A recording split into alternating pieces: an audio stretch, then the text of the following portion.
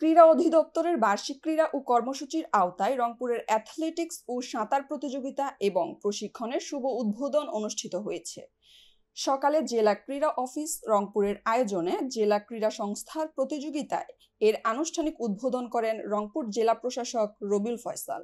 উদ্বোধনী অনুষ্ঠানে এ সময় জেলা প্রশাসন ও ক্রীড়া সংস্থার অন্যান্য কর্মকর্তাবৃন্দ উপস্থিত ছিলেন। খেলায় অ্যাথলেটিক্স ও সাঁতার প্রতিযোগিতায় রংপুর জেলার বিভিন্ন স্কুল কলেজের শিক্ষার্থীরা অংশ নেয়। ক্রীড়ামুখী তরুণ প্রজন্ম গঠনের লক্ষ্যে রংপুরে অ্যাথলেটিক্স ও সাঁতার প্রতিযোগিতা এবং প্রশিক্ষণের শুভ উদ্বোধন করেন। জামালপুরে বিশ্ব রেড ক্রস ও রেড ক্রিসেন্ট দিবস এবং প্রতিষ্ঠাতা জিন হেনরি ডোনাল্ড এর 197তম জন্মবার্ষিকী উপলক্ষে বর্ণাঢ্য র্যালি ও আলোচনা সভা অনুষ্ঠিত হয়েছে।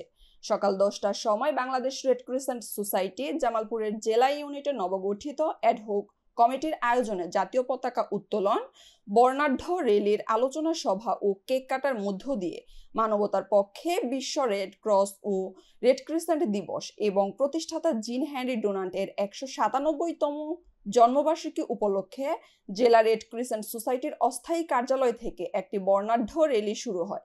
শহরের ঐতিহ্যবাহী বকুলতলা চত্বর প্রদক্ষিণ করে জেলা রেড ক্রিসেন্ট সোসাইটির অস্থায়ী কার্যালয়ে র্যালি সমাপ্তি হয়। র্যালি শেষে সংক্ষিপ্ত আলোচনা সভায় নবগঠিত অ্যাডহক কমিটির সেক্রেটারি ও সদস্যের ফুলেল শুভেচ্ছা জানান। এ সময় বক্তব্য রাখেন জেলা রেড ক্রিসেন্ট সোসাইটির নবগঠিত অ্যাডহক কমিটির সেক্রেটারি রেজভি আলম জামালি রঞ্জু, সদস্য ও জামালপুর জেলা বেসরকারি হাসপাতাল ক্লিনিক ও ডায়াগনস্টিক মালিক সমিতির সাধারণ সম্পাদক আশরাফুল ইসলাম বুলবুল, জাহাঙ্গীর আলম, জিয়াউল হক জিয়া, জেলা সিভিল সার্জন ডাক্তার আজিজুর হক, জামালপুর ড্যাবের সভাপতি ডাক্তার আহমদ আলী আকন্দ সহ বিভিন্ন সরকারি কর্মকর্তাবৃন্দ।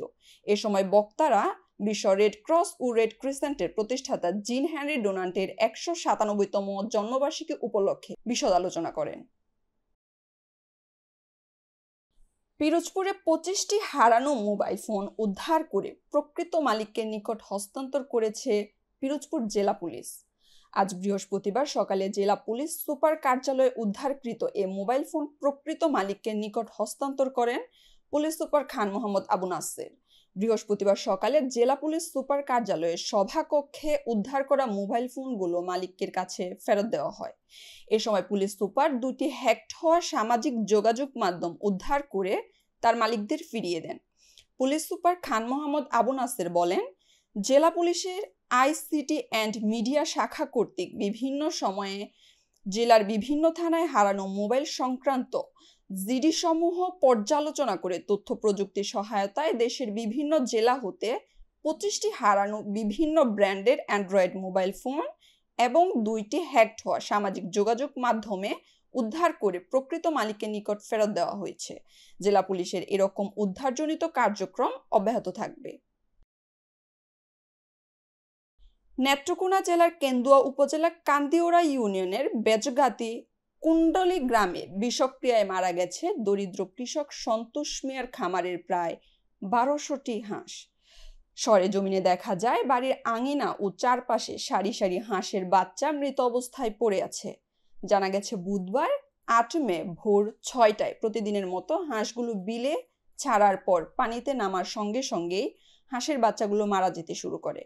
দরিদ্র সন্তোষ মিয়া অন্যের জমিতে চাষাবাদ এবং হাঁস পালন শুরু করে জীবিকা নির্বাহ করেন।